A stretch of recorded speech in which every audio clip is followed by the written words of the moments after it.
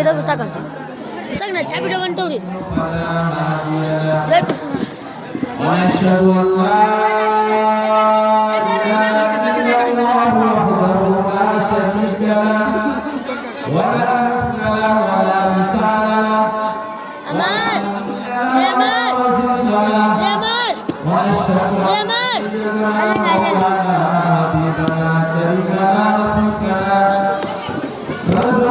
سيدنا محمد صلى الله على آله وصحبه أجمعين. قال الله تعالى في القرآن الكريم أعوذ بالله من الشيطان الرجيم بسم الله الرحمن الرحيم الرحمن علم القرآن وقال النبي صلى الله عليه وسلم من أحب الله وأرض لله وأعطى لله ومنع لله فقد استكمل الإيمان.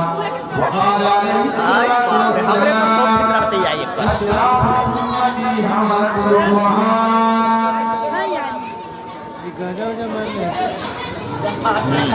کتابوں میں جو افضل ہے اسے قرآن کہتے ہیں، جسے جس نے اتارا ہے اسے رحمان کہتے ہیں، سلالے جو اس کی 30 پارہ وقت سینوں میں زمانہ تھا اس کو حافظ قرآن کہتے ہیں. یہ پائے طلب انہی کے کرم کا صدقہ ہے، یہ پائے طلب انہی کے کرم کا صدقہ ہے. یہ قدم خود نہیں اٹھتے اٹھائے جاتے ہیں، یہ قدم خود نہیں اٹھتے اٹھائے جاتے ہیں. محترم بزرگوں، دینی بھائیوں اور ہمارے صدر محترم معمر عالم دین علم حضرت مولانا عبدالقدوس صاحب دامت برکاتہ اور اس ادارے کے محترم مولانا والے کے بھی گھر سے نہ جو اور عارف اللہ صاحب اور دیگر سامعین ناظرین حاضرین، اس پروگرام کی نسبت جو ہے قرآن سے ہے. تکمیل حفظ قرآن جو ہے اس پروگرام کا عنوان ہے اور اس پروگرام کی نسبت قرآن مقدس سے ہے. اس لیے ہم تمام لوگوں سے درخواست کریں گے کہ آپ حضرات جو کھڑے ہیں یا نشست کو جو ہے ترتیب کے ساتھ، سلیقے کے ساتھ، حسن کے ساتھ مرتب کر دیں تو بہتر ہوگا. اس پروگرام کی نسبت دین سے ہے اور یہ سمجھ لیجیے ہمارے شیخ علامہ الہ آبادی دامت برکاتہ فرماتے ہیں کہ جو اس پروگرام کے اندر آتے ہیں، بیٹھتے ہیں، شریک ہوتے ہیں، ان کے دل سے ایک تار لے کر کے اللہ کے عرش میں جوڑ دیا جاتا ہے. فرشتے جو ہے اللہ کے عرش سے ایک تار لے کر کے دین کی مجلسوں میں بیٹھنے والے کے دل کے تار سے اس کو جوڑ دیتے ہیں. ہوتا ہے کیا؟ نزلت علیہم السکینہ، بیٹھنے والوں پر اللہ کی طرف سے سکون نازل ہوتا ہے. حفتہم الملائکہ وغشیتہم الرحمہ، اللہ کے فرشتے آپ کو اپنے پروں پر اٹھائے ہوئے ہیں. ذرا اس کا پاس اور ہاتھ رکھیے گا. آپ جس مجلس میں بیٹھے ہیں یقیناً وہ مجلس ہے کہ آپ کا یہاں اٹھنا اور اٹھنے سے پہلے اللہ کی طرف سے آپ کو مغفرت کا پروانہ دے دیا جائے گا. اس لیے اس مجلس کی نسبت قرآن کریم سے ہے. یاد رکھیے یہ کوئی افسانہ نہیں سنایا. اللہ کے نبی جناب محمد رسول اللہ صلی اللہ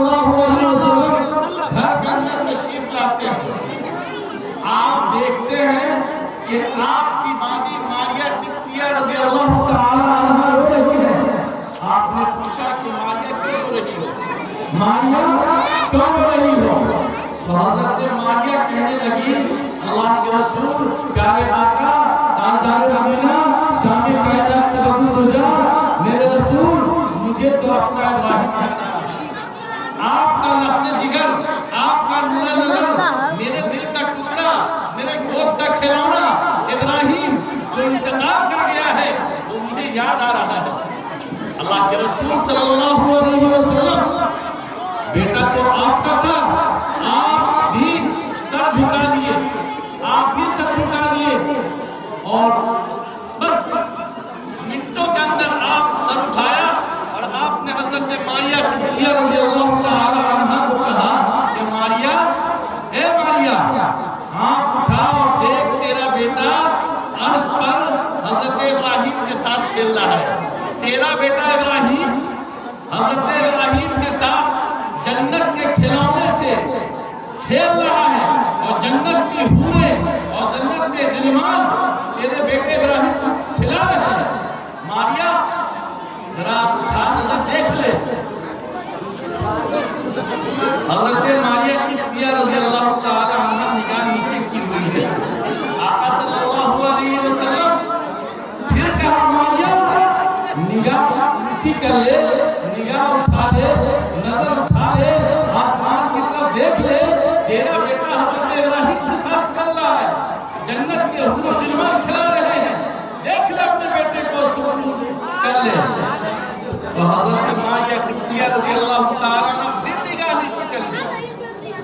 اللہ کے رسول صلی اللہ علیہ وسلم جو بنت حوا کو آپ نے اس طرح سے اٹھایا اور آسمان کی بلندی پر ان کی عزت کو پہنچایا آپ قریب آئے حضرت ماریا کے آنسو کو پوچھا حضرت ماریا کے آنسو کو پوچھا اور آپ نے کہا ماریا میں تم کو ایک بار نہیں 3 بار کہا اور میں تیرا رسول ہوں تیرا پیغمبر ہوں.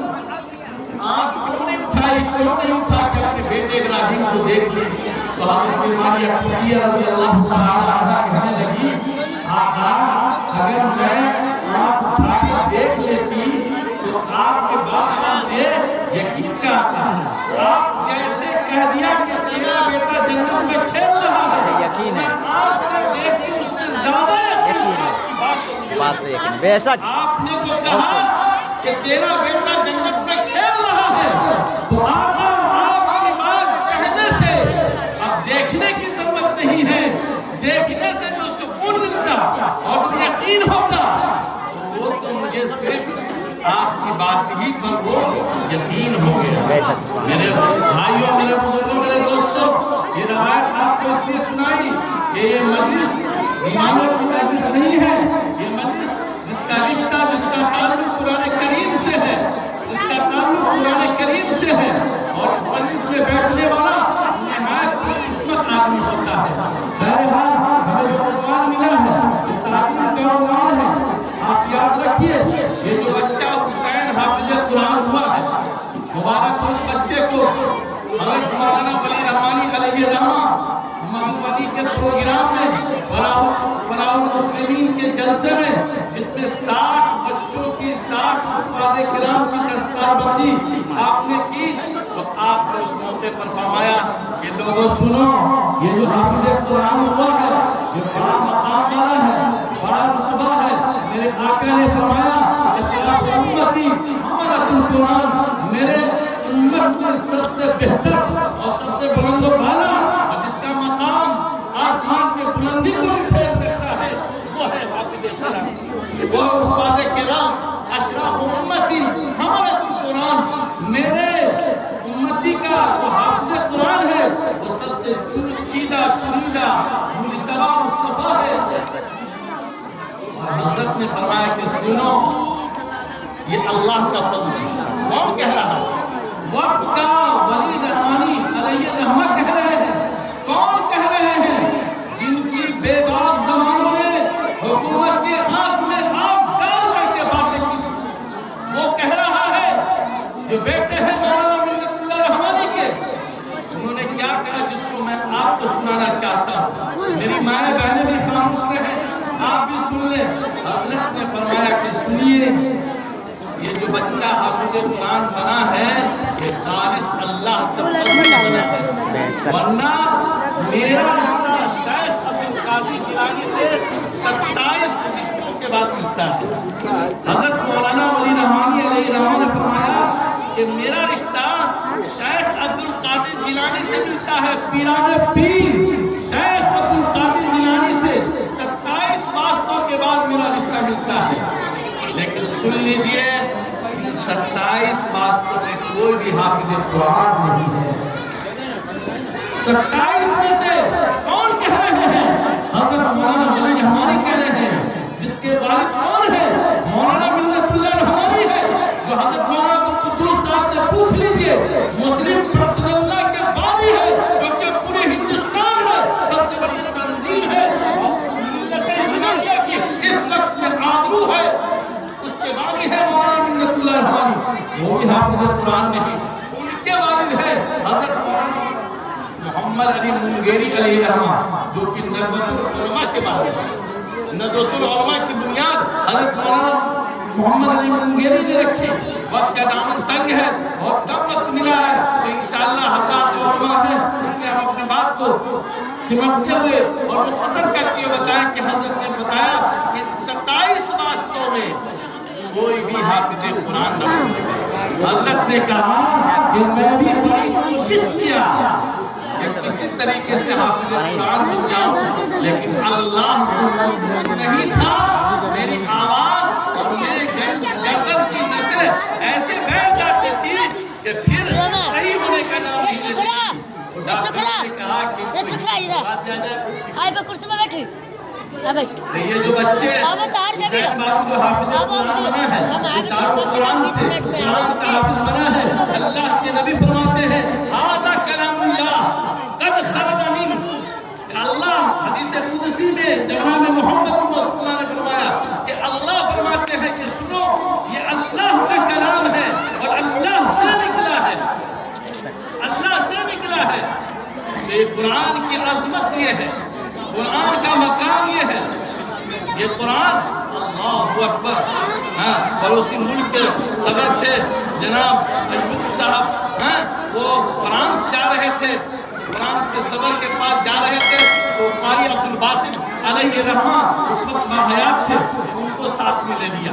یہ بہت مشہور مقولہ ہے کہ قرآن نازل ہوا ہے مکہ المکرمہ میں اور مدینہ میں، قرآن پڑھا گیا ہے مصر میں اور قرآن سمجھا گیا ہے ہندوستان میں اور قرآن لکھا جاتا ہے استنبول میں۔ اللہ نے جتنے مفسرین کو اللہ نے بھیجا ہے ان کا مقام بہت بلند ہے، اللہ تعالیٰ نے اس زمین ہندوستان کے اندر بھیجا ہے، یہ دونوں ممالک جو ہم ملک ہیں اس کے اندر قرآن نازل ہوا مکہ اور مدینہ میں، کہا جاتا ہے مصر میں، یعنی اللہ کے ایسے کلام کے ایسے قاری پیدا ہوتے ہیں کہ دنیا اس کی مثال پیش کرنے سے عاجز ہے۔ قاری عبدالباسط صاحب رحمۃ اللہ علیہ گئے اور فرانس کا صدر دہریہ تھا، خدا کو نہیں مانتا تھا۔ ابھی جاوید اختر کے بارے میں آپ نے سنا، جو مفتی شمائل صاحب سے مناظرہ ہوا اور بڑے سنجیدہ انداز سے ہوا، یہ قرآن کا اعجاز تھا۔ بہرحال تو قاری عبدالباسط صاحب گئے تو جناب ایوب صاحب نے کہا کہ یہ ہمارے جو ہے قاری صاحب کچھ پڑھنا چاہتے ہیں، کہا کہ پڑھیے۔ آپ جب سورہ رحمان کی تلاوت کی اللہ اکبر، وہ دہریہ فرانس کا صدر رونے لگا اور کہنے لگا مجھے یہ لگتا ہے کہ میرا سینہ پھٹ جائے گا، میرا سینہ پھٹ جائے گا۔ یہ اعجاز قرآن ہے، یہ اللہ کا وہ قرآن ہے جو 23 سالوں میں نازل ہوا، اور اللہ کی 3 اور مشہور کتابیں ہیں، تورات اور انجیل زبور، وہ ایک بار ہی جو کتاب ایک ساتھ آئی تھی اس کتاب میں تبدیلی ہو گئی، وہ کتاب اپنی شکل میں موجود نہیں، لیکن یہ قرآن جو 23 سال میں نازل ہوا، جناب محمد رسول اللہ کے سینے مطہر نے سب سے پہلے اس کی حفاظت کی، اور اس امت میں اس زمین پر قرآن کریم کا جو سب سے پہلا حافظ ہے وہ جناب محمد رسول اللہ